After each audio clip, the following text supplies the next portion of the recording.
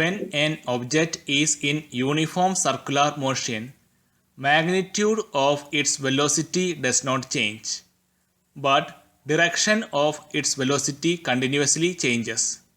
Hence, an object is accelerated, and this acceleration is known as centripetal acceleration. Centripetal acceleration acts towards the center of the circular path along the radius, and it is perpendicular to the velocity at that point.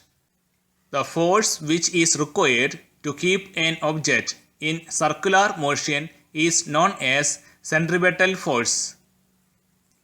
Since the centripetal force and displacement are always perpendicular to each other, work done by the centripetal force to keep an object in circular motion is zero. Consider the path of the uniform circular motion of an object such that r is the position vector to the point P and v is the velocity vector at that point. R dash is the position vector to the point P dash and v dash is the velocity at that point.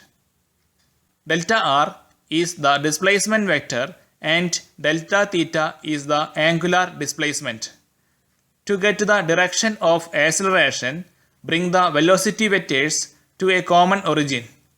Then change in direction of velocity, and hence the direction of acceleration is towards the center of the circular path. When time interval decreases, acceleration adds towards the center itself. Hence, we can conclude that centripetal acceleration acts towards the center of the circular path along the radius, and it is perpendicular to the velocity at that point, where velocity at that point is tangential to the path. Even though the magnitude of centripetal acceleration is constant, since its direction changes continuously, it is not a constant vector.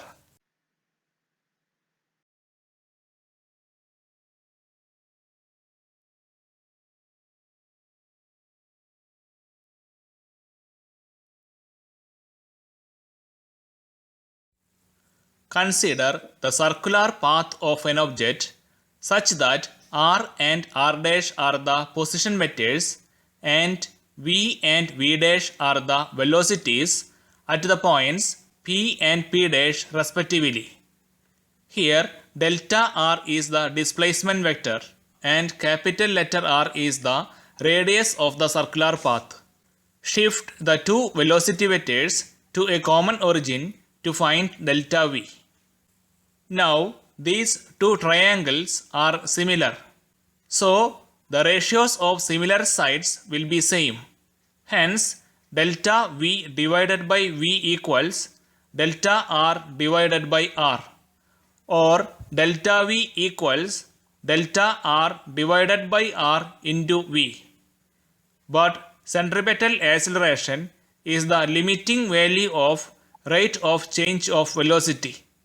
That is, AC equals limit delta t tends to 0 delta v divided by delta t. But delta v equals delta r divided by r into v.